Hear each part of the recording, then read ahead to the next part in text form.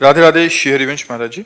महाराज जी, संसारिक जीवन यापन करते हुए, मोह माया में जीते हुए और चकाचौंध की लाइफ जीते हुए भी हम क्या भगवत प्राप्ति कर सकते कर सकते हैं। नाम जप कीजिए और सब में भगवान की भावना कीजिए, इन दो बातों से भगवत प्राप्ति हो जाएगी। जिससे भी व्यवहार करें उनमें भगवान है, पावर है। परमात्मा मतलब पावर।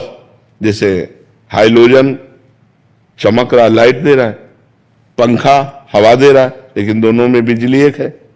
कूलर, फ्रिज, एसी ठंडा कर रहा है, लेकिन हीटर गर्म कर रहा है, पर बिजली दोनों में एक है। तो हम अच्छे या बुरे दोनों प्रकार के मनुष्यों में एक ही परमात्मा को देखें।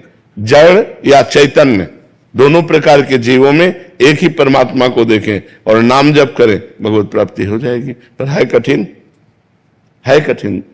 जो हमको गाली दे रहा है उसमें हम भगवान को देख सकते हैं क्या?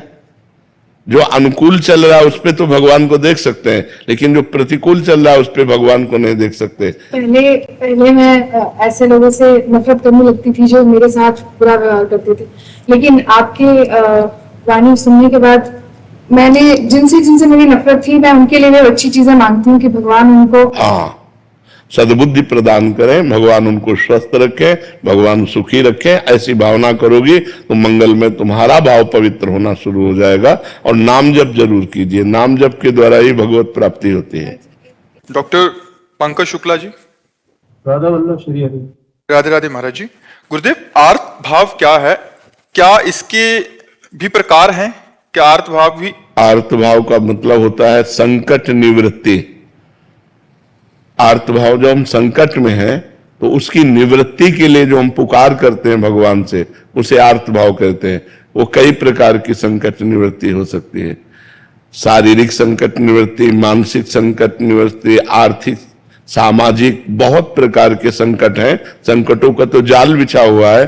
संकट निवृत्ति के भाव में भगवान को पुकारना आर्त भाव कहते हैं कि हमारा यह संकट दूर हो जाए। जैसे द्रौपदी ने आर्त भाव से पुकारा अपने शरीर रक्षा के लिए कि हमारे शरीर से वस्त्र न जाए।